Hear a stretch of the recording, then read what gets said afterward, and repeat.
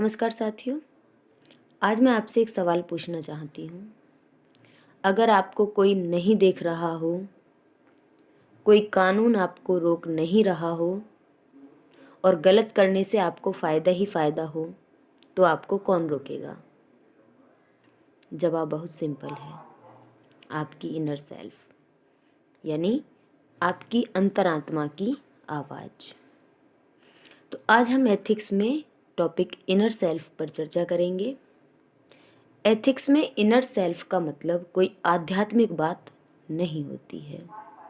यह नैतिकता का सबसे प्रैक्टिकल कंसेप्ट है।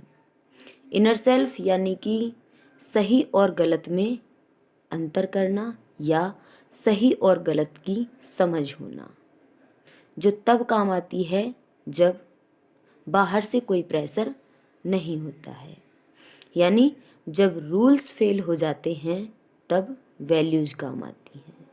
और ये वैल्यूज़ कहाँ से आती हैं, कहाँ मिलती हैं? तो ये हमारी इनर सेल्फ में होती हैं। इनर सेल्फ यानी कि हमारी अंतरात्मा की आवाज़।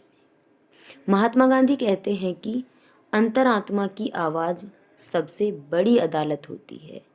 सबसे बड़ी अदालत यानी कि सही और गलत का फैसला करने वाली होती है कि क्या सही है और क्या गलत है।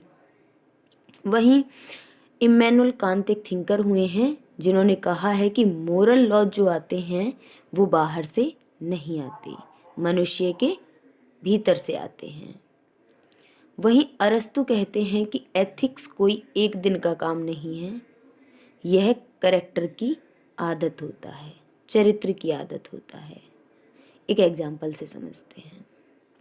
मान लीजिए आप एक अधिकारी हैं, आपके सामने मेज पर एक फाइल रखी है और नियम थोड़े फ्लेक्सिबल हैं, कोई आपको देखने वाला नहीं है।